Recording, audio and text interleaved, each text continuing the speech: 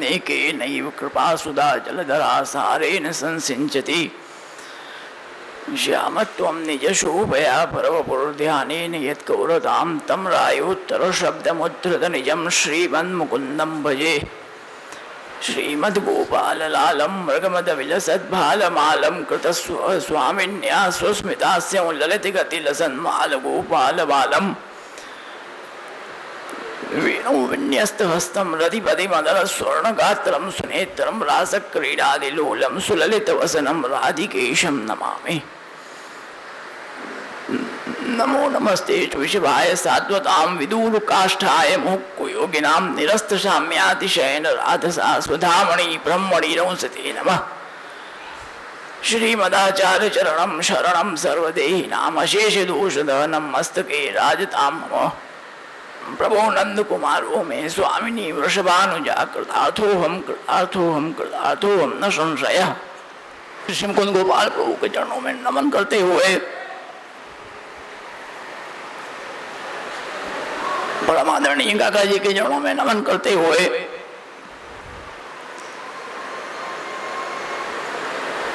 उपस्थित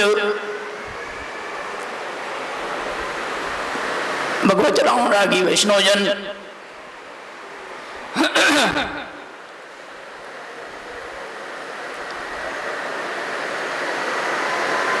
भगवत कृपा से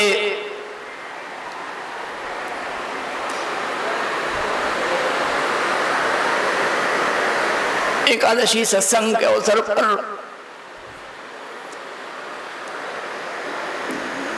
शिक्षा पत्र का श्रवण हो रहा है।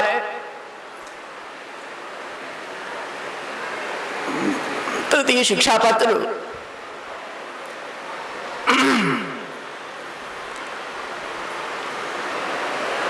पिछली बार अपना समाप्त हुआ।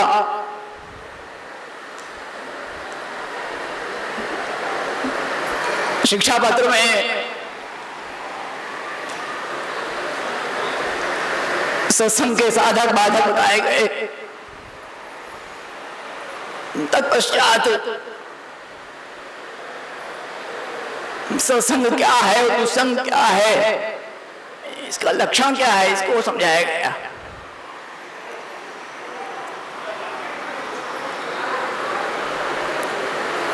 सबसे पहले आप दुसंग बताते हैं। यो वदत्यन्यथा वाक्य आचार्य वचनांचन संस्कृति प्रेरको वापि तत्संगो दुष्ट संगम। सबसे पहले हमको ये बात ध्यान में रखनी है, एक बात को गांठ बांध लो। इसी आचार्य चरण के वचन के अनुरूप जो भी वचन होगा उसी को हमको मानना है।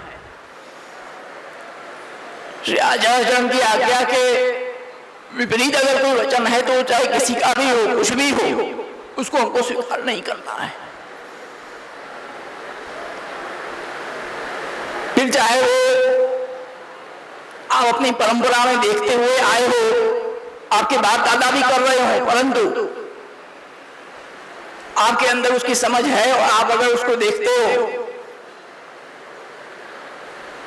तो आप ये मत सोचो कि हमारे बाप दादा कर रहे हैं, हमारी परंपरा में हो रहा है, हम कैसे छोड़ें। नहीं, उसको तुरंत छोड़ दो, उसमें कोई दोष नहीं है, क्योंकि आचार्य चरण के वचनों के विरुद्ध है। जो आचार्य चरण के वचनों के विरुद्ध हो उसको बिल्कुल छोड़ देना चाहिए, उसको बिल्कुल भी स्वीकार नहीं करना है। इसमें कोई भी डर भय रखने की कोई आवश्यकता नहीं है। विश्वास रख के उसको तुरंत छोड़ दो, क्योंकि आचार्य चरण की कृपा से ही सब कुछ है।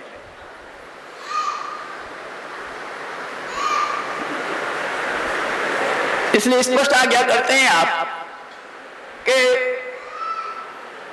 आचार्य चरण के वचनों के विपरीत अगर कोई जाता है उसका संग दुष्ट संग है, संसार की ओर प्रेरित करता है।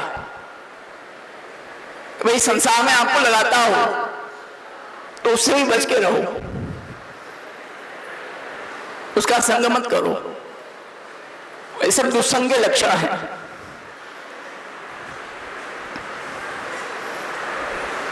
तत्पश्चात सत्संग क्या लक्षण है,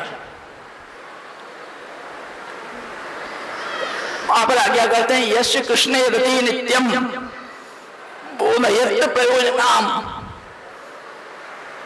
निरपेक्ष सात्विकश्च तत्संगो साधु संगमः। यहां पर ही मूल नाम दिया है यश कृष्ण रति, मूल नाम दिया है। इसमें गोपेश्वर जी आज्ञा करते हैं इसलिए मूल नाम क्यों दिया गया कि पूर्ण पुरुषोत्तम पर ब्रह्म भगवान श्री कृष्ण में ही एकमात्र स्नेह रखना। जितने अवतार आदि हैं उनमें भी नहीं, स्पष्ट आज्ञा करते हैं आप जितने भी अवतार भी हैं उसमें भी नहीं, केवल पूर्ण पुरुषोत्तम पर ब्रह्म श्री कृष्ण में ही अपनी रति को रखना। क्योंकि शास्त्र ने बताया है कृषिभूवाचक शब्द राष्ट्र निर्वृतिवाचक तयो ऐक्यम परब्रह्म कृष्ण इत्यभिधीयते। एते चांच कलापुंस कृष्णस्तु भगवान स्वयं। इसलिए यहाँ पर यह हृदयाचरण में विशेष आज्ञा जोड़ दिया है, इसलिए कृष्ण शब्द आपने दिया, बाकी कहीं भी नहीं। भगवान श्री कृष्ण में ही जो पूर्ण पुरुषोत्तम परब्रह्म है उनमें ही हमको रति रखना है। नित्य बोधे प्रयोजनाम, जो भगवान श्री कृष्ण के अंदर रति हमें बतावे और साथ साथ उसका कोई प्रयोजन ना हो, कोई मतलब ना हो, ये भी एक बड़ी विशेष बात है। आजकल कई ऐसे अफेंडी हो चुके हैं, उस समय में भी थे। जैसे उसकी वार्ता आती है ना, बढ़िया की वार्ता, उसने कभी श्रीनाथ जी के दर्शन किए नहीं थे। काली वैष्णव से पूछता था कि भाई आज क्या श्रृंगार है, जो उसको श्रृंगार बतावे। उस हिसाब से सभी वैष्णव को कि भाई आते देखो ऐसा सुंदर श्रृंगार धरे हो है, आज तो ऐसे दर्शन दे रहे हैं, तो ऐसा मीठा मीठा बोल के वैष्णव को अपने आप फंसावे। परंतु उसने कभी दर्शन कभी नहीं किए। वो तो सूरदास जी ने उस पर कृपा किया था, देवी जी, परंतु सूरदास जी ने कृपा करके उसका हाथ पकड़ाया, तब वो उद्धार हुआ। तो ऐसे बोलने वाले बहुत मिलते हैं, भाई देखो कैसा है, कैसा बढ़िया ये है, परंतु उनका प्रयोजन होता है। उसका वहां पर प्रयोजन था कि अपनी हाथ से उनका सौदा अच्छा दिखे, ये प्रयोजन था, इसलिए वो बताता था। तो इस प्रकार से जो प्रयोजन वाला भी हो उस पर भी ध्यान दो, उसका निष्प्रयोजन होना चाहिए, उसको कोई प्रयोजन ना हो, उसका कोई लाभ ना हो, आपको निष्प्रयोजन बताता हो कि भाई प्रभु में रति करो, उसका संग करो, साथ साथ निरपेक्ष हो, कोई अपेक्षा ना रखता हो, आपसे सत्संग करे उसकी अपेक्षा ना रखे, आपको केवल सही रास्ता बताने के लिए करे, वो खुद कोई अपेक्षा ना रखे। और सात्विक, वो सात्विक ज्ञान मार्गी वाले सात्विक नहीं है।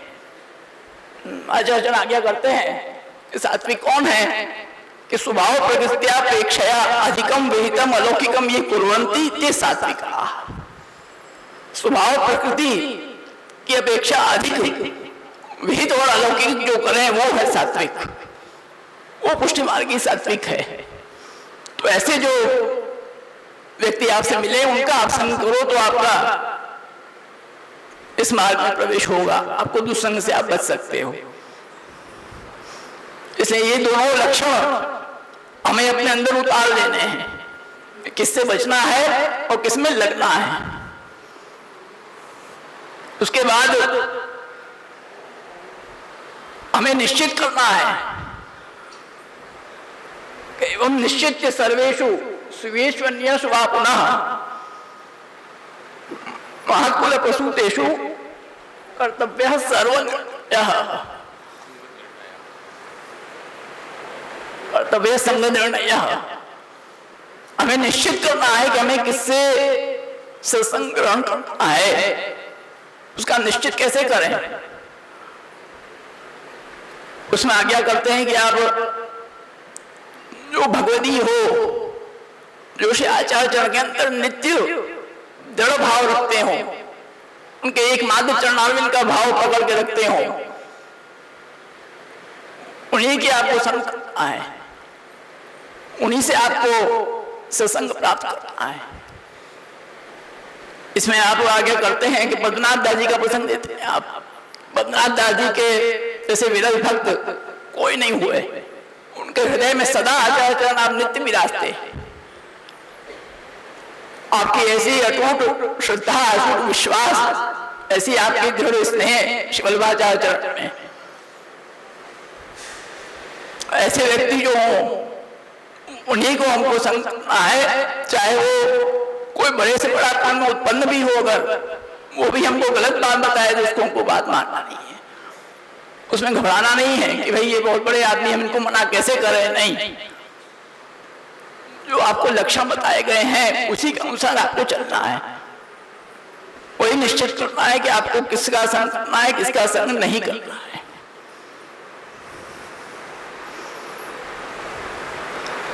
तत्पश्चात आज्ञा करते हैं कि श्रीमदाचार्य चरणे मति स्थाप्या सदा स्वतः ततएव स्वकीया नाम सिद्धि कार्यस्य सर्वथा।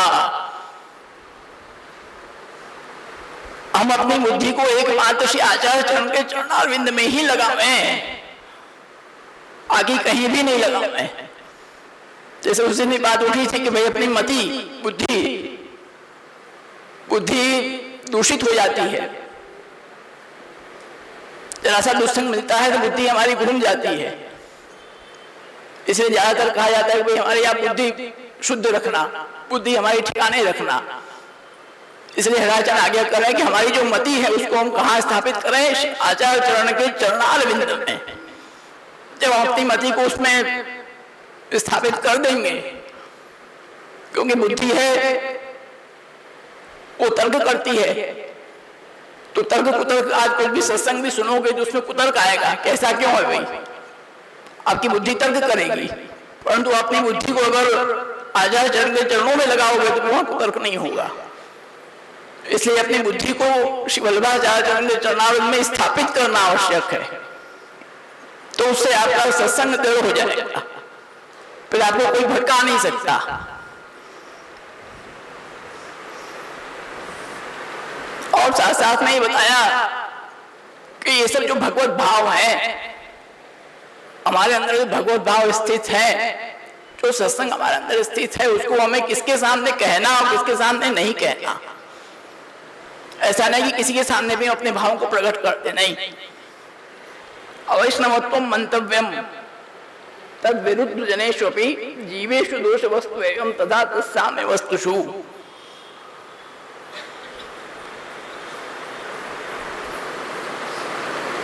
जो भगवदी हो, जो सत्संगी हो, जो वास्तविक भगवत प्रेमी हो, उन्हीं के सामने हमें सत्संग करना है। आगे किसी के आगे अपने भगवत भाव प्रकट नहीं करते हैं। और वैष्णव के सामने न हमको भगवत भाव प्रकट करना है, न किसी अवैष्णव के मुख से हमको कोई चीज श्रवण करना है। दोनों चीज है, उसके मुख के श्रवण भी ना हो, उसके सामने अपने भाव को प्रकट भी न करें, उसको गुप्त रखें। भले ज्ञान और वैराग्य की बातें उसके सामने कर लो, परंतु पुष्टि भाव, जो गुण भाव है, वो सब उनके सामने प्रकट नहीं करना।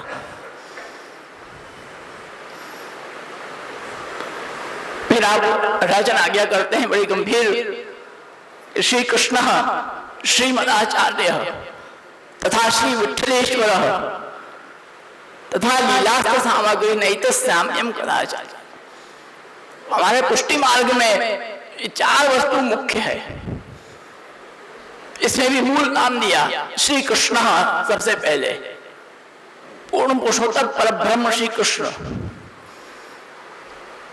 श्रीमदाचार्य तथा उस दिन आज्ञा किया कि इसमें मूल रूप से तो चार ही बताए गए हैं, परंतु 5 हैं इसके, क्योंकि तथा 2 बार आया है। इसलिए पहले जो तथा आया श्रीमदाचार्य तथा, यहाँ पे जो परिकर है उसको हमको ग्रहण करना है। श्रीमदाचार्य आचार्य चरण मुख्य स्वामिनी, और उसके बीच में आया है तथा, फिर आया है श्री गोसाई जी श्री प्रभुचरण विश्लेश्वर, उसके बीच में हमको संपूर्ण लीला परिकर भी ग्रहण करना है तथा लीलास्त्र सामग्री। ये 5 का किसी से भी सामने नहीं हो सकता है, ये मुख्य है, क्योंकि प्रभु है, ब्रह्म है, वो सच्चिदानंद स्वरूप है। भगवान श्री कृष्ण आचार्य चरण लीला परिकर और लीला से सामग्री सब सदंश सामग्री में आ गया। चिदंश जीव और आनंद स्वयं भगवान श्री कृष्ण। लौकिक में जब हम देखेंगे तो सद भोग्य है, चिद भोक्ता है और अंतर्यामी आनंद वो है, साक्षी है।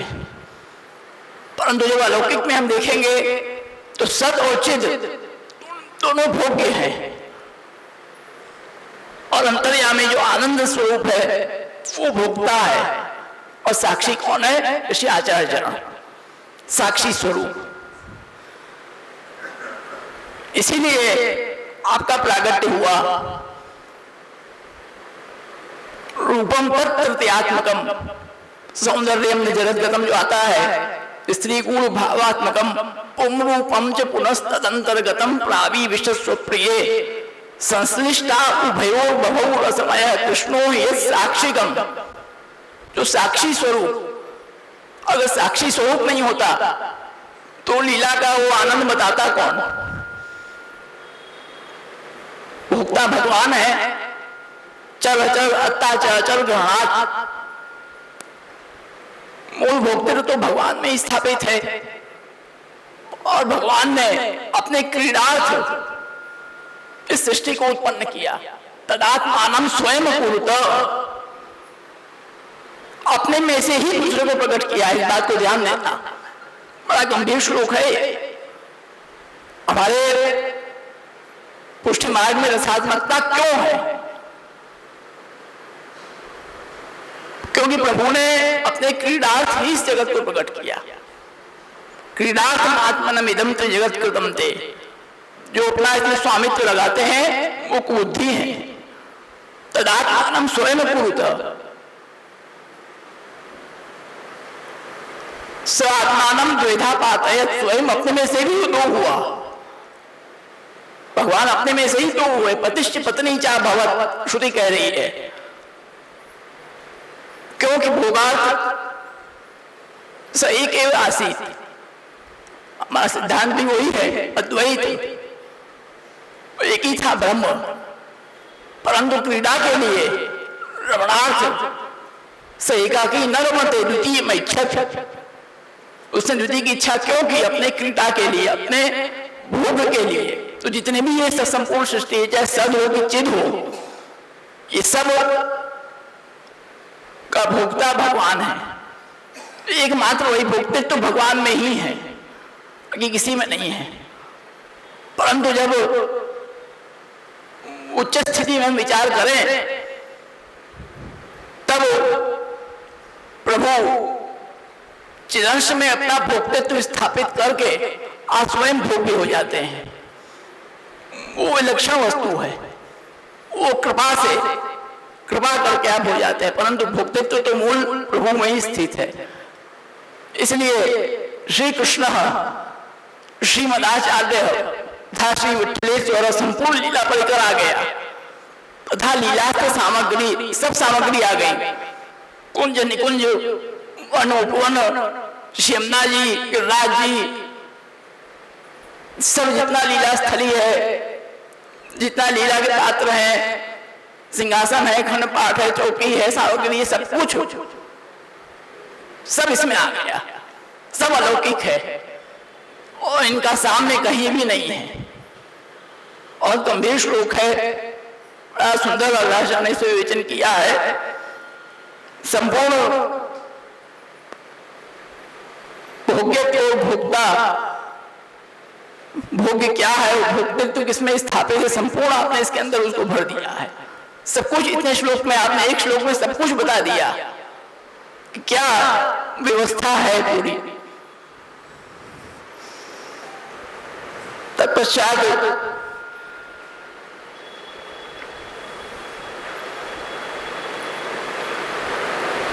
अनाचार आज्ञा करते हैं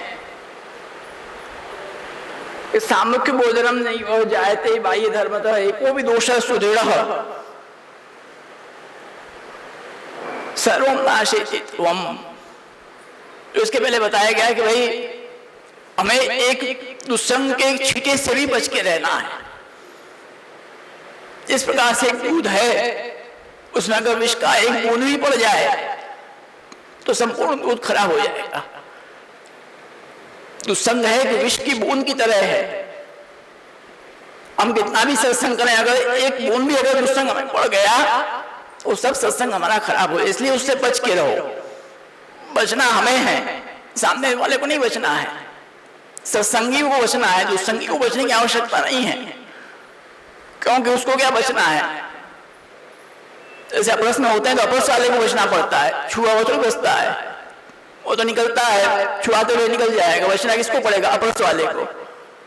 पहले का समय अलग था, पहले छुए हुए बचते थे, करे अपरस वाला है दूर रहो भाई। आजकल नहीं, आजकल अपरस वालों को बेचारों को बच के रहना पड़ता है, दब के रहना पड़ता है। अपरस वाले बेचारे अपने आप को छोटा महसूस करते हैं। ये समय आ गया है, क्या करो, वो सब चढ़ के बातें रहते हैं छुए हुए लोग, अपने को बचना पड़ता है। उसी प्रकार से दुस्संगी से बच के रहो हमेशा। कहीं छू जाएंगे तो सब अपरस खराब हो जाएगी। एक छेड़ा भी लग गया, अगर एक उड़ता हुआ छेड़ा भी लग गया तो भी आप छू गए, आपके अपरस छू गए, आपका और स्नान करो। उसी प्रकार से हमको बिल्कुल बच के सावधानी से चलना है। फिर संवाद आज्ञा करते हैं आप अस्मा भी एवं लिखिता निरपेक्ष ही स्वभावतः स्नेहेन सर्वथा चित्ते धीराम। राजा आज्ञा करते हैं, कितना दैन्य है, विचार करो। हमने जो भी लिखा है निरपेक्ष भाव से लिखा है, गोपेश्वर जी को आप विनती कर रहे हैं, स्नेहेन सर्वथा चित्ते, और स्नेह से इसको आप अपने चित्त में, इसको आप लो, इसको आप पाचो, इसको ग्रहण करो तो उसका आनंद है। निरपेक्ष भाव से, स्वभाव तो कभी कई अर्थ किए हुए, स्वात्मवाचक भी है, आत्मस्वभावतः स्वस्वामी वाचक भी है, कई प्रकार से इसके अर्थ हुए। तो तृतीय शिक्षा पत्र में संपूर्णता में आज्ञा करते हैं कि आप स्नेह से, जो भी मैंने संपूर्ण शिक्षा पत्र में लिखा है उसको स्नेह से आप उसको ग्रहण करो, उसका वांचन करो, उसका ही आनंद है। इतना ही कहते हुए आज से चतुर्थ शिक्षा पत्र का प्रारंभ होगा। ये शिक्षा पत्र भी बहुत विलक्षण है, संपूर्ण विरुद्ध धर्माश्रय स्वरूप का वर्णन है। इसका हम आनंद लें। इतना ही कह के अपने वचनों को संचिंतेद भगवतश्चरणारविंदम वज्रांकुशध्वज सरोरुलांछनाढ्यम उक्तुंग रक्त विलसन्नक चक्रवाल ज्योत्स्नाभिरात महद हृदयांधकारम यच्छौच निस्सृत सरित प्रवरोधकेन तीर्थेन मूर्धनिकृतेन शिव शिवो भूत ध्यातुर्मनश्रमल शैलन सृष्ट वज्रम ध्यायेच्चिरं भगवतश्चरणारविंदम वंदे नंदव्रजस्त्रीणां पादरेणुमभीक्ष्णसः यासां हरिकथोद्गीतं पुनाति भुवनत्रयं श्रीमदाचार्यचरणं शरणं सर्वदेहिनाम् अशेषदोषदहनं मस्तके राजतां मम। न मंत्रेण तंत्रेण च ज्ञानसिद्धिर्न वैकुंठबुद्धिस्तु वैकुंठलोके गतिर्विठ्ठलेशे रतिर्विठ्ठलेशे मतिर्विठ्ठलेशे सदा वैवमास्तु। चरणों में वंदन करते हुए चिरंजीव बाबा साहब, उपस्थित समग्र परम भाग्यवान वैष्णव जन,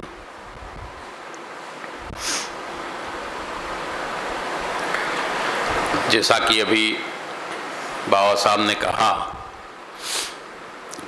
अब अपना चतुर्थ शिक्षा पत्र अपन प्रारंभ करने जा रहे हैं। इस शिक्षा पत्र में आपने जो विषय लिया है वो विषय है भावना, भगवत भाव, विरुद्ध धर्माश्रयत्व, शरणागति और दैन्य। ये 4 विषय आपने इसमें लिए हैं। भगवत भाव का वर्णन है, विरुद्ध धर्माश्रय का वर्णन है, शरणागति का वर्णन है और दैन्य का वर्णन है। प्रथम श्लोक इस शिक्षा पत्र का, प्रभो धर्मा श्रुतौ प्रोक्ता तथा भागवते पिच अप्राकृताः स्वरूपैकनिष्ठा भिन्ना न रूपतः। ये प्रथम श्लोक है आपका।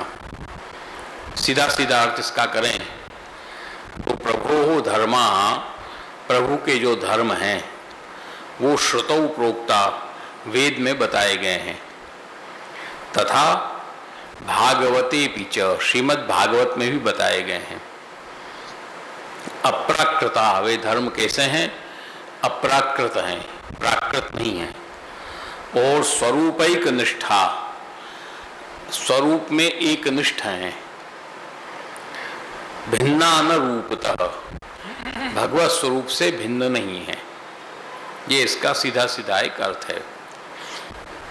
अब इसके विवरण में श्री गोपेश्वर जी कुछ विशेष आज्ञाएं करते हैं, उनको अपन यहाँ कहेंगे कि सबसे पहले इसमें जो वर्णन है वो भावना का, भगवत भाव का, विरुद्ध धर्माश्रयत्व का, शरणागति का और दैन्य का। ये वर्णन जो आप सब यहाँ कर रहे हैं उसकी प्रामाणिकता क्या है? सर्वप्रथम उसकी प्रामाणिकता को आप निर्धारित कर रहे हैं। भाई क्या आधार है उसका? किस आधार पर श्री हरिरायचरण ये बात कह रहे हैं? तो आप कह रहे हैं कि प्रभो धर्मा, प्रभु के जो धर्म हैं, प्रभु अर्थात सर्वसमर्थ, प्रकर्षेण भवति प्रकर्षेण भावयति, सब प्रभु, जिसको कहते हैं अपन सर्वसमर्थ, जो कुछ भी कर सके, जिसके लिए कोई चीज भी असंभव न हो। भगवान ने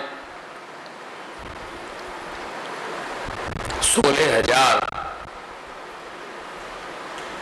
जो वो ले गया था, जिनको बंधक बना दिया था अपने धृतराष्ट्र, अरे क्या जरासंध ने, उनको जब वहां से छुड़ाया तो उन सब कुमारिकाओं से, कन्याओं से भगवान ने विवाह किया। 16,000 से विवाह किया तो एक दिन में 10-10, 15-15 विवाह किए होंगे, तभी कितना साल लग गया। ऐसा नहीं है, एक साथ हुआ है, इस बात को ध्यान देना। समग्र एक साथ हुआ है और एक साथ विवाह हुआ है और एक साथ ही प्रत्येक के पास प्रभु की उपस्थिति है, प्रत्येक के पास भगवान के संबंधी माता पिताओं की भी उपस्थिति है और प्रत्येक के पास पुरोहित की भी उपस्थिति है। उपेय में यथा विधि, वहां आता है श्रीमद् भागवत में श्लोक, यथा विधि आपने संस्कार विवाह किया। तो ये किसका सामर्थ्य है? ये उन 16,000 रानियों का सामर्थ्य नहीं है, माता पिता का सामर्थ्य नहीं है, का सामर्थ्य नहीं है, ये सामर्थ्य है भगवान का, क्योंकि वो प्रभु है। इसलिए सबसे प्रथम नाम प्रभु दिया।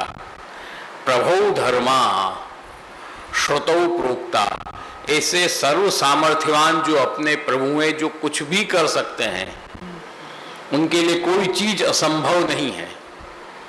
प्रभु चाहे तो एक क्षण में प्रलय हो जाए, प्रभु चाहे तो एक क्षण में प्रलय में से भी निकाल के बचा लें, उसको कोई कुछ नहीं कह सकता। तो ऐसे जो प्रभु हैं उनके धर्म कहाँ बताए गए कि श्रुतौ, भगवान श्री महाप्रभु जी ने 4 प्रमाण माने हैं। वेदाहा, श्री कृष्ण वाक्यानि भगवद गीता, व्यास सूत्राणि ब्रह्मसूत्र और समाधि भाषा श्रीमद् भागवत। तो प्रथम प्रमाण बताया प्रभु धर्मा श्रुतौ प्रोक्ता, श्रुति में बताए गए हैं। तथा भागवते पिच, और भागवत में भी बताए गए हैं। यहां चकार से भगवत गीता का ग्रहण है, इस बात को ध्यान देना। चकार से भगवत गीता का ग्रहण है। और प्र से प्रोक्ता, प्रकर्षेण उक्ता, प्रकर्ष से व्यास सूत्र का ग्रहण है, क्योंकि व्यास सूत्र जो है वो युक्ति के द्वारा सिद्धांत बताता है, क्योंकि वो सूत्र है। वेद आज्ञा करता है, भगवत गीता उसको स्पष्ट रूप में स्थापित करती है, ब्रह्मसूत्र युक्ति के द्वारा, वैदिक युक्ति के द्वारा उसको सिद्ध करता है। पहुंचो। और श्रीमद् भागवत उस प्रभु के रसात्मक स्वरूप का आनंद, आस्वादन भक्तों को कराता है। श्रीमद् भागवत तो फल रूप है, इसलिए कहा कि रसिका भुवि भावुका। श्रीमद् भागवत का 3 श्लोक, निगम कल्प तरोर गलितम फलम शुक मुखाद्रम तद्रव संयुतम पिबत भागवतम रसम आलयम रसम, जिसके अंदर कोई भी त्याज्य वस्तु नहीं है। आलय उसको कहते हैं जिसके अंदर कोई त्याज्य वस्तु ना हो। आम आपने खाया, छिलका और गुठली फेंक दिया तो त्याज्य हुआ ना। रस आपने पी लिया, बाकी 2 चीज छोड़ के फेंक दी। ऐसा श्रीमद् भागवत में नहीं है, कुछ भी त्याज्य नहीं है, वो तो स्वयं संपूर्ण रस रूप है। पिबत भागवतम रसम आलयम, मुँह रहो कौन पिए के रसिका भुवि भावुका, रसज्ञ भी होना चाहिए और भावुक भी होना चाहिए। वो अधिकारी है इसका, दूसरा अधिकारी नहीं है। तो श्रीमद् भागवत रस का आनंद देती है। तो प्रभो धर्मा श्रुतौ प्रोक्ता तथा भागवते पिच, इस एक चरण में, 2 चरण में ब्रह्मवेद, भगवद गीता, ब्रह्मसूत्र और श्रीमद् भागवत, इन चारों में पूर्ण पुरुषोत्तम प्रभु के धर्म बताए गए हैं। वो कैसे हैं कि अप्राकृता, वो अप्राकृत धर्म है। प्राकृत धर्मों से भिन्न जो होता है वो अप्राकृत धर्म होता है। इसलिए आया सर्वोत्तम का पाठ करते हो, रोज सब जानते ही हो। प्राकृत धर्मा नाश्य मप्राकृत निखिल धर्म रूप मिति। प्राकृत धर्मों का वहाँ अनाश्रय है, प्राकृत धर्म वहाँ नहीं है, परंतु अप्राकृत निखिल धर्म रूपम इति, और निगम प्रतिपाद्यम, वेद से वो प्रतिपादित है। यत्तच्छुद्धम, जो शुद्ध है, परब्रह्म शुद्धाद्वैत, उसको साकृते, जो साकार है, उसको हम नमन करते हैं, उसकी हम स्तुति करते हैं। तो अप्राकृत धर्म है, अप्राकृता। और वे अप्राकृत धर्म कैसे हैं? स्वरूपैक निष्ठा, वे धर्म केवल स्वरूप में ही निष्ठ हैं। उससे भिन्न नहीं है। भिन्ना न रूपतः, उस रूप से भिन्न नहीं है, अलग धर्म नहीं है। जैसे अलग कोई धर्म होता है ऐसे अलग धर्म नहीं है, वो स्वरूप निष्ठ धर्म है। जैसे सूर्य और सूर्य का प्रकाश, दीपक और दीपक का प्रकाश।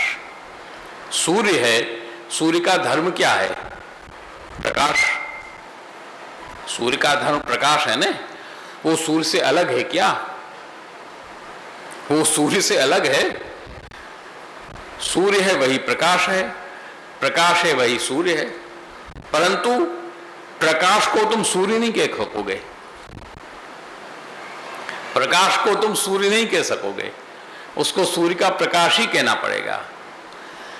तो प्रभु के जो धर्म हैं वो भगवत धर्म भी, जनरेटर चलवा दो, वो भगवत धर्म भी ऐसे हैं कि वो स्वरूप से भिन्न नहीं है। जैसे सूर्य और सूर्य का प्रकाश दोनों एक ही हैं। प्रकाशाश्रयवद्वा तेजस्वात्, ये ब्रह्मसूत्र आता है। तो कहने का तात्पर्य, आगे आगे आ जाओ, थोड़ा सुनाई देगा। बस कराओ चालू, घुमाने दो उसको।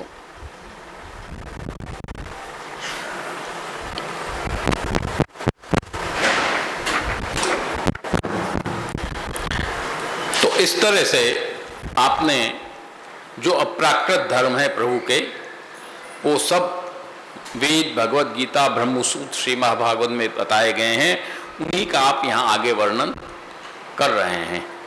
इस तरह से पहले श्लोक में आपने भगवत धर्मों की प्रामाणिकता को स्थापित किया। उसके बाद द्वितीय श्लोक में आप आज्ञा करते हैं कर्तृत्व सर्वरूपत्व, समरूपत्व इसमें छाप दिया है परंतु सर्वरूपत्व है। कर्तृत्व सर्वरूपत्व सर्वाधारत्व मुख्यका व्यापकत्व विरुद्धात्म धर्माद्या श्रुति रूपिता। कर्तृत्व, सर्वरूपत्व और सर्वाधारत्व मुख्यका, ये मुख्य हैं। इसके दोनों अर्थ अपन ले सकते हैं। ये मुख्य धर्म है और व्यापकत्व विरुद्धात्म धर्माद्या श्रुति रूपिता, ऐसे भी अर्थ ले सकते हो और ऐसे भी ले सकते हो कि कर्तृत्व, सर्वरूपत्व और सर्वाधारत्व, ये तीन चीज मुख्य है। ये सब जगह रहेगी, कहीं भी जाओगे सब जगह रहेगी, कहीं से भी हटेगी नहीं। विरुद्ध धर्माश्रय स्वरूप में भी रहेगी, व्यापकत्व स्वरूप में भी रहेगी, छोटे स्वरूप में भी रहेगी, बड़े स्वरूप में भी रहेगी, सब में रहेगी। कर्तृत्व सब जगह है भगवान का, कर्तृत्व को तुम नहीं रोक सकते। जैसे कहा है ना निबंध में, रूप नाम विभेदेन जगत क्रीडति यो यतः, उसके तीन अर्थ श्री महाप्रभु जी ने किए हैं। रूप नाम विभेदेन यह क्रीडति, जो रूप नाम के भेद से जगत में क्रीड़ा करता है, ऐसा प्रभु है। दूसरा अर्थ आपने किया है कि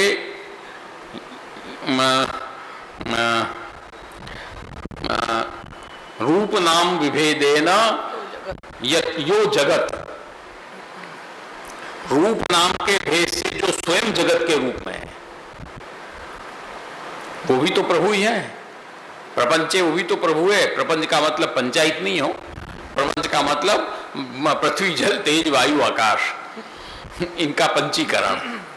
ये जब तीनों मिल जाते हैं तो उसको दर्शन शास्त्र में प्रपंच कहते हैं। इस बात को ध्यान देना, कहीं भी हम प्रपंच शब्द का प्रयोग करें तो पंचायत अर्थ मत लेना। उसका अर्थ है पृथ्वी जल तेज वायु और आकाश, इनकी एक पद्धति है वेदांत दर्शन की, उसका पंचीकरण होता है। वो सब में सब मिलाए जाते हैं, सबका मिश्रण आपस में होता है। जब सबका मिश्रण होता है तो प्रपंच बन जाता है, क्योंकि इन चार पांचों चीज का जब तक मिश्रण नहीं होगा तब तक वो प्रपंच नहीं बनेगा। जैसे अब आज हम बतावें कि पृथ्वी का गुण क्या है, गंध, उसका गंध है पृथिव्याप। जल, जल का गुण क्या है, तो अपने शीत स्पर्श वत्ते आपह, स्पर्श। और फिर आया पृथिव्यप तेज, प्रकाश, उसका गुण क्या है, उष्ण स्पर्शवत तेजः, उष्णता। और फिर आया वायु, पृथिव्यप तेज वायु, वायु का गुण क्या है, वो रूप रहित स्पर्शवान वायु, रूप नहीं है उसका। और फिर आकाश, उसका गुण है शब्द। ये पांचों जब मिलेंगे तब अपना शरीर बनेगा, इस बात को ध्यान दो। आज हम बैठे अपनी ताली बजाते हैं तो ताली का आवाज कैसे निकला, क्योंकि हमारे इस शरीर के अंदर शब्द तत्व भी है, आकाश तत्व भी है, इसलिए ताली बजी, आवाज निकला। हम किसी को छू सकते हैं, इसका मतलब है हमारे अंदर भी जल, वायु और तेज स्पर्श है। अपन बोल सकते हैं, इसका मतलब अग्नि तत्व हमारे अंदर है, तब तो अपन बोल पा रहे हैं। तो इस तरह से पंचीकरण होता है तो प्रपंच बनता है। तो नाम रूप विभेदेन यो जगत, नाम रूप के भेद से जो स्वयं जगत रूप भी है। और तीसरा अर्थ आपने किया नाम रूप विभेदेन यतो जगत, नाम रूप विभेद से जिससे जगत होता है। यतो वा इमानि भूतानि जायन्ते, जहां से उत्पन्न होते हैं, येन जातानि जीवंती, जो उसकी रक्षा करता है, यम प्रत्ययंती अभिसंविशंति, वही उसको वापस लय कर लेता है। तो ये सब चीज प्रभु से होती है। तो कर्तृत्व प्रभु में है, यतो जगत, और सर्वरूपत्व प्रभु में है, यो जगत, और सर्वाधारत्व, सबका आधार भी प्रभु ही है। बिना प्रभु के आधार कौन है? प्रभु ही तो सबको धारण करके विराजे हैं, ये तो कौन धारण कर सकता है। तो कर्तृत्व, सर्वरूपत्व और सर्वाधारत्व सब पूर्ण पुरुषोत्तम परब्रह्म प्रभु में है। ये मुख्य है तीन चीज। इन्हीं तीन चीज के अंतर्गत अनुसार जितने भी धर्म हैं वो सब धर्म आवेंगे। वो क्या है कि व्यापकत्व, प्रभु व्यापक है, यहां है तो वहां नहीं है, ऐसा नहीं है। प्रभु यहां विराज रहे हैं तो वहां भी विराज रहे हैं। नारद जी गए द्वारका में कि भाई भगवान 16,000 पटरानियों को लेकर विराजते हैं, कैसे सबका गृहस्थ कैसे चलता है, एक बार दर्शन तो करें जाकर, कितना कितने कब कब कैसे किस किस का नंबर लगता है। देखने गए, एक पटरानी के वहां गए, वहां प्रभु विराज रहे थे, पटरानी भी विराज रही थी, सब अनुचर भी थे। तो वहां से उठ के दूसरी जगह तुरंत गए। कब दूसरी जगह देखें क्या है, वहां भी वो स्थिति थी, तीसरी जगह वहां भी वो स्थिति थी, सब जगह वही के वही स्थिति है। तत्काल वो जा जाके तब भी वही स्थिति है, वापस घूम के वहां आ रहे हैं तो वहां भी वही स्थिति है। तो गारस्थ दर्शन करके उन्होंने पूरा वर्णन किया है। तो प्रभु सब जगह व्याप्त हैं, कहीं नहीं ऐसी बात नहीं। जैसे आकाश सर्वत्र व्याप्त है, घटाकाश, मठाकाश, महाकाश सब जगह व्याप्त है, इसी तरह प्रभु भी सब जगह व्याप्त है। व्यापकत्व, विरुद्धात्मा और विधर्माश्रय, एक चीज है तो एक चीज नहीं है, ऐसा नहीं है। दोनों चीज एक साथ, दोनों चीज है प्रभु के अंदर। छोटी सी अवस्था, कितने साल की अवस्था प्रभु की थी, शकट भंजन किया ठाकुर जी ने, कितने साल की अवस्था थी, अमुक महीना की अवस्था थी। और वही स्वरूप था छोटा सा, वही छोटा सा चरणारविंद, कोमल चरणारविंद। उसी कोमल चरणारविंद से गाड़े को लात मारी, गाड़ा उलट गया। संभव है? हो ही नहीं सकता। 6 दिन की अवस्था, पूतना का स्तनपान किया, प्राण हरण कर लिया। वो 3 मास की अवस्था, शकट भंजन, ये 6 दिन की अवस्था। और इतने बड़े नलकूबर वृक्ष यशोदा जी ने बांध दिया, उखल के साथ उसको खींच लिया, जड़ से उखाड़ दिया। वही छोटा स्वरूप, इतनी बड़ी ताकत कहां से आ गई? आ ही नहीं सकती। तो कहने का तात्पर्य कि विरुद्ध धर्म एक साथ, एक ही साथ में, एक ही समय में, एक ही चरणारविंद में कोमलता भी है, बाल्यावस्था भी है और विराट स्वरूप भी है। विरुद्ध धर्म एक ही समय में, एक ही क्षण में, एक साथ दोनों चीज प्रभु के अंदर विद्यमान है। ऐसे सब धर्म प्रभु के, ये तो एक दृष्टांत हमने दिया, ऐसे सब धर्म है, कई धर्म आएंगे इस तरह से।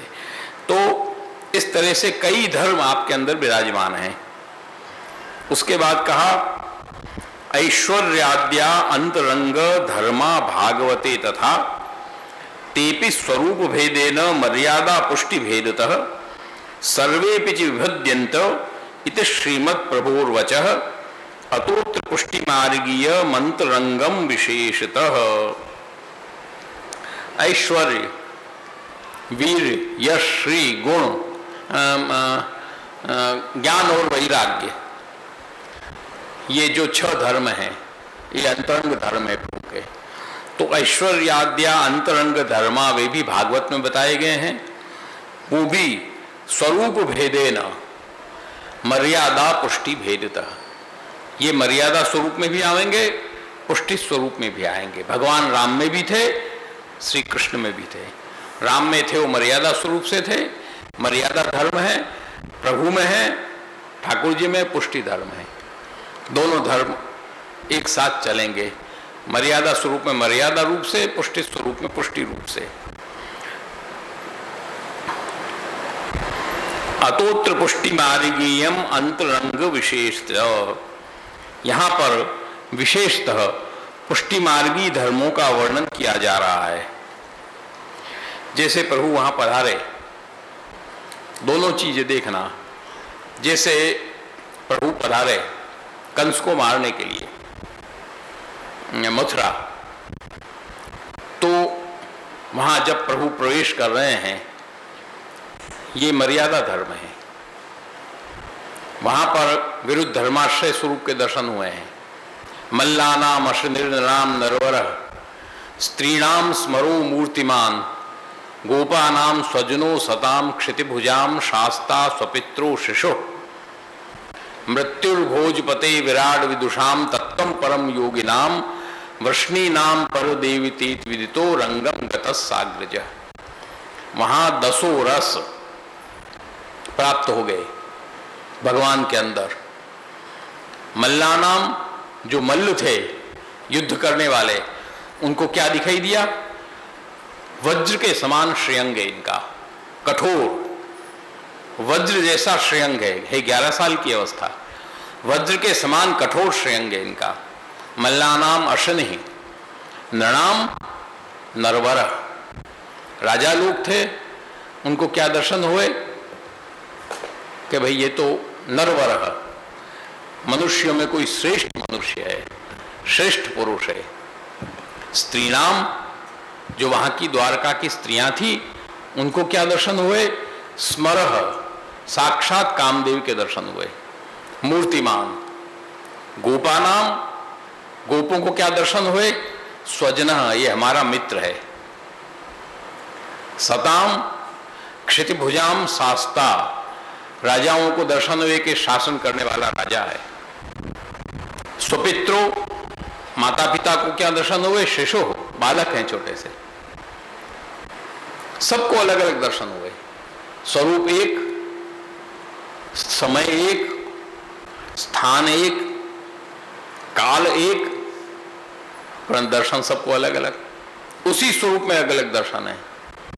इसी तरह ये मर्यादा है, ये 10 रस मर्यादा के हैं, ध्यान देना। ये पुष्टि रस नहीं है, ये ध्यान देने की बात है। पुष्टि में 10 रस कहाँ है? गौचारण में, वो गौचारण में है। हाँ, किसो श्लोक को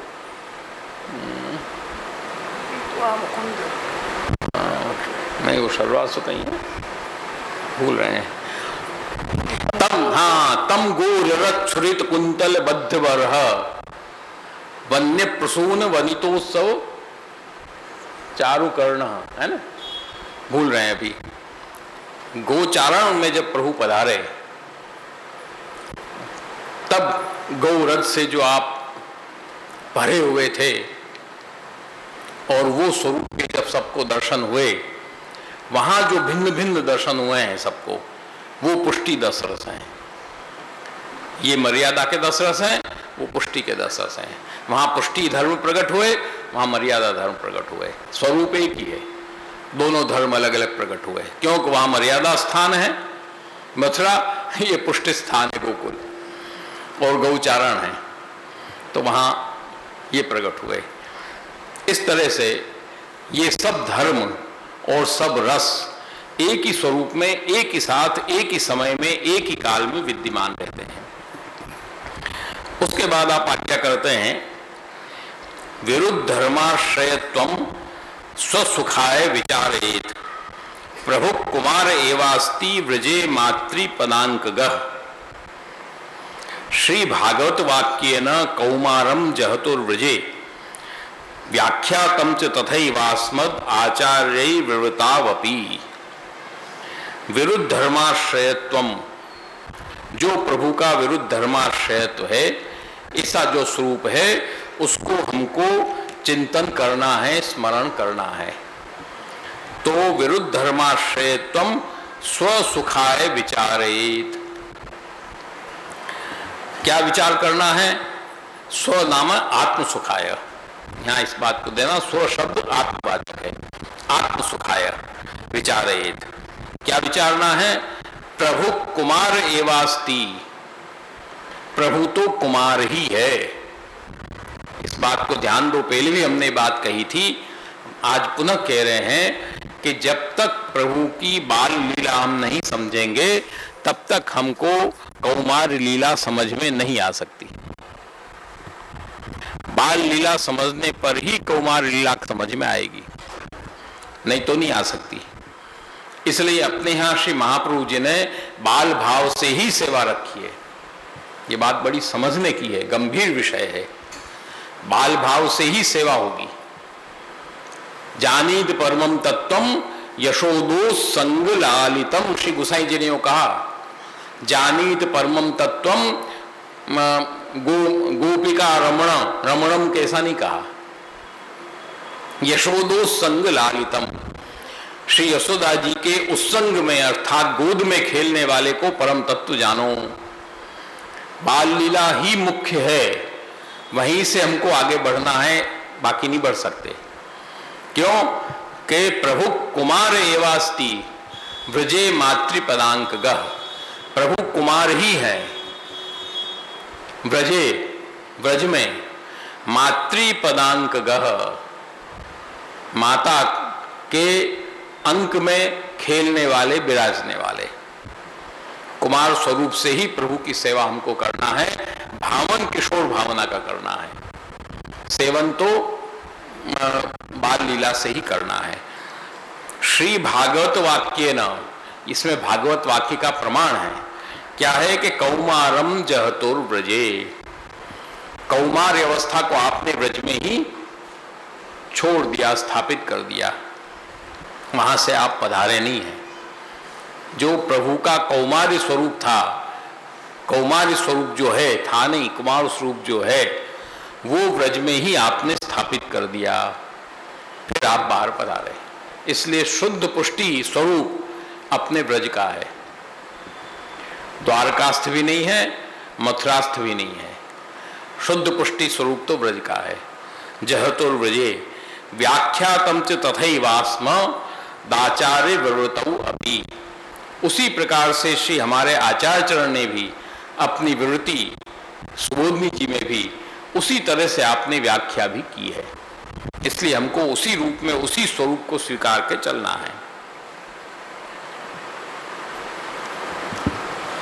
व्रजेव कुमारश्च कुमारी चाभवत धरे एकादश समास तत्र गूढ़ार्चे सबलो वसत।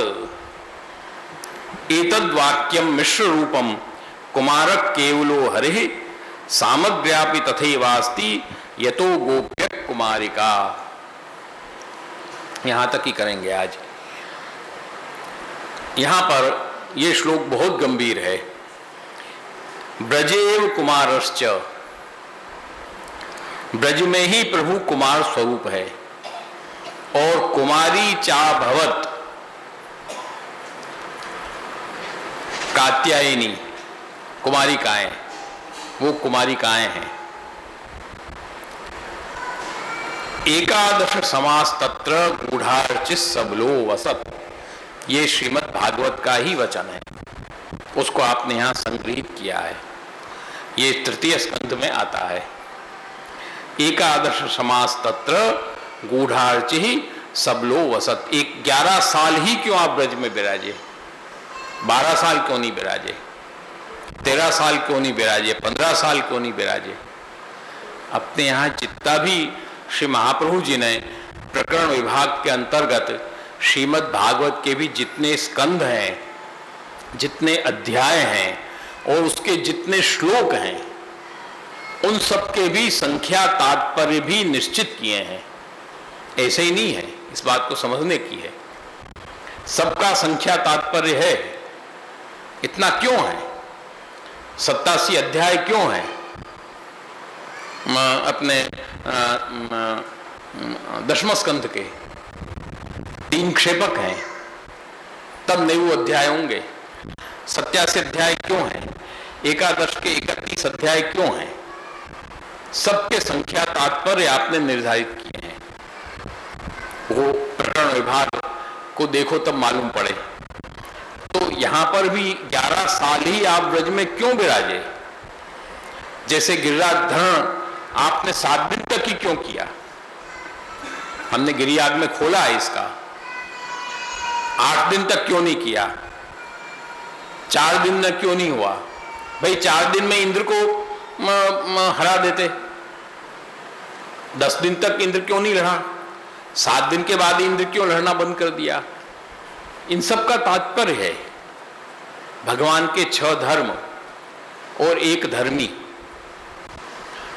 जब तक इंद्र ने वृष्टि किया और जब तक धर्मों से प्रभु ने ब्रज भक्तों की रक्षा किया,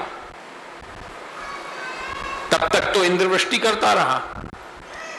परंतु जब 6 दिन वृष्टि करता रहा और निकल गए, तब धर्मी स्वरूप से आपने रक्षा किया। 7वें दिन धर्मी स्वरूप से रक्षा किया तो धर्मी अपमान सहन नहीं होता। धर्मी स्वरूप से रक्षा करने के उपरांत उसने जब वृष्टि किया तो उसका मान भंग कर दिया ठाकुर जी ने तुरंत, उससे ज्यादा नहीं। जैसे शिशुपाल को 100 गाली तक माफ थी, 99 गाली दिया तब तक माफ हुआ। 100 गाली देने के बाद 101 में गाली नहीं देने दिया। एक दया की भी एक सीमा होती है। जो वीर होते हैं, समर्थ होते हैं, उनकी दया और कृपा की भी एक सीमा होती है। उस सीमा से आगे नहीं जाना चाहिए वो। इसी तरह सबके तात्पर्य हैं अलग अलग और कई तात्पर्य अलग। इसमें कई प्रकार के तात्पर्य हैं। 7 दिन में जो गोवर्धन धारण हुआ इसके। इसी तरह यहां पर भी 11 साल ही क्यों विराजे? क्यों कि यहां पर 11 साल इसलिए आप विराजे कि ब्रज है वो पशुओं का स्थान है, गौओं का स्थान है, जहां गौ बाहुल्य है, मोर पक्षी इत्यादि सब बाहुल्य है। और उनका स्थान है। और पशुपति कौन है? रुद्र। पशुपति कौन है? रुद्र। रुद्र कितने होते हैं? 11। और सबलो वसत, गूढ़ार्च ही सबलो वसत, बलदेव जी के साथ में आपने निवास किया है 11 वर्ष। इस बात को ध्यान देना है। बलदेव जी है, कौन है? संकर्षण है। और रुद्र का आधिदैविक स्वरूप है वो बलदेव जी, वो रुद्र का आधिदैविक स्वरूप है। इसलिए बलदेव जी के साथ निवास करना था, इसलिए 11 वर्ष तक आपने निवास किया एकादश रुद्र के हिसाब से ब्रज में। और इसीलिए देखिए आप, सब लीलाओं में बलदेव जी साथ हैं, परंतु ब्रह्मचर्या में नहीं है, वहां उनका काम नहीं है। रासलीला में नहीं है। बाकी बलदेव जी सबके साथ हैं, सब लीला में साथ हैं आप, क्योंकि तमोगुण के देवता हैं।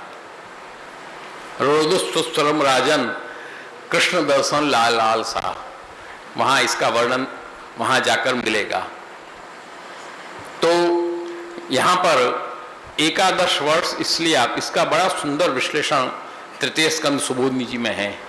उसको इतना पूरा करने बैठे तभी लंबे हो जाएंगे, तो इतना ही बताते हैं थोड़े में। इसलिए 11 साल आपने वहां पर विश्राम किया, ब्रज में विराजे अवसत, और फिर उस 11 वर्ष की अवस्था को ब्रज में ही आपने छोड़ दिया। और एतद् वाक्यम मिश्र रूपम कुमारक केवलो हरे सामग्र्यापि तथैवास्ति यतो गोप्य कुमारिका। गोपिकाएं की भी अवस्था वही है, कुमारावस्था ही है, उसी अवस्था की गोपिकाएं हैं। रास में भी उन्हीं का आह्वान है प्रथम, इस बात को ध्यान देना। सर्वप्रथम आह्वान कुमारिकाओं का है, मुख्य वह है रास में भी। ये वाक्य मिश्र रूप है, इसमें दोनों तरह के वाक्य सम्मिलित हैं। सामग्र्यापि तथैवास्ति, सामग्री भी वही स्वरूप है, गोपिकाएं। यतो गोप्य कुमारिका, क्योंकि गोपिकाएं भी यहाँ कुमारिकाओं के स्वरूप से ही विद्यमान हैं। इस तरह से आज अपन 8 श्लोक यहाँ कर ले रहे हैं। आज समय भी अपने हिंडोरा के हिसाब से कम था, अपने पास समय भी अपना हो गया है, तो 8 श्लोक करके अपन आज समाप्त करेंगे। अगली एकादशी अपनी ये क्रम नहीं चलेगा आगे। अगली एकादशी अपना इस सत्संग का स्थापना दिवस है, भगवत कृपा से। कितना वर्ष हुआ उजरा देख लेना फिर, तो उस हिसाब से ब्रह्म संबंध की एकादशी है, वो अपने मार्ग के प्रागट्य की एकादशी है। इसलिए उस दिन अपन प्रासंगिक विषय पर सत्संग का आनंद लेंगे। तो साल भर में एक ये दिन आता है कि श्री महाप्रभु जी की ब्रह्म संबंध के प्रसंग पर आनंद लिया जाता है, जो मुख्य है अपने संप्रदाय का। तो उसका आनंद लेंगे अपन। और उसके बाद की जो एकादशी आएगी अपनी जन्माष्टमी के बाद की, उस एकादशी में फिर अपना आगे का क्रम अपन प्रारंभ करेंगे। इतने ही कहते हुए आज के वक्तव्य को यहीं पर समाप्त करते हैं।